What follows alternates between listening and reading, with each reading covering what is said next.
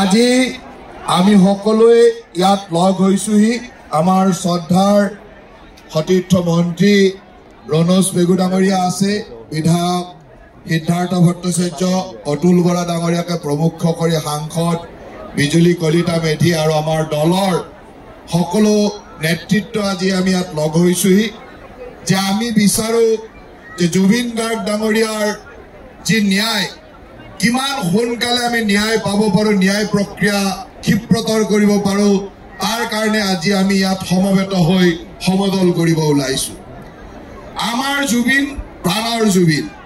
আমি জুবিন গাৰ্গক অমৰ হোৱাটো বিচাৰো আৰু সেইকাৰণে আমি আমাৰ প্ৰাণৰ জুবিনৰ কাৰণে সুন্দৰভাৱে যাতে এই বিচাৰ প্ৰক্ৰিয়াৰ জৰিয়তে ন্যায়ালয়ৰ জৰিয়তে আমি ন্যায় পাব পাৰো, তাৰ কাৰণে আমি আজি ইয়াত সমবেত হৈছো। আমি সকলোৱে জানো যে ভাৰতীয় সংবিধানৰ গণ্ডিত ন্যায় দিব পৰা ব্যৱস্থাটোৱে হ'ল ন্যায়ালয়ৰ ব্যৱস্থা। ভাৰতবৰ্ষৰ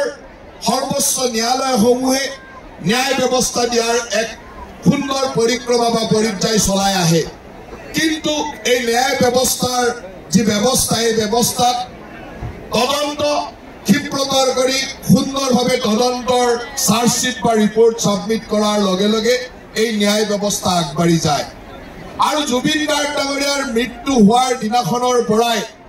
এই ৰহস্যজনক মৃত্যুক লৈ অসমবাসী আজি উদ্বিগ্ন আৰু সেইকাৰণে আমাৰ মাননীয় মুখ্যমন্ত্ৰী ডাঙৰীয়াই প্ৰথম দিনাখনৰ পৰাই চৰকাৰখনৰ সকলো দায়িত্ব পালন কৰি জুবিন গাৰ্গ ডাঙৰীয়াক আমাৰ মাজলৈ বিদেশৰ পৰা লৈ অহাৰ পৰা সম্পূৰ্ণ ৰাইজক সেৱা দৰ্শন কৰি সুন্দৰভাৱে অন্ত্যেষ্টিক্ৰিয়া কৰাৰ পৰা তাৰ পিছত তাৰ ওপৰত SIT গঠন কৰি এজনীয়া বিচাৰপীঠৰ দ্বাৰা তদন্ত আয়োগ গঠন কৰি এই ব্যৱস্থাটোক ক্ষিপ্ৰতৰ কৰি আগুৱাই লৈ গৈছে।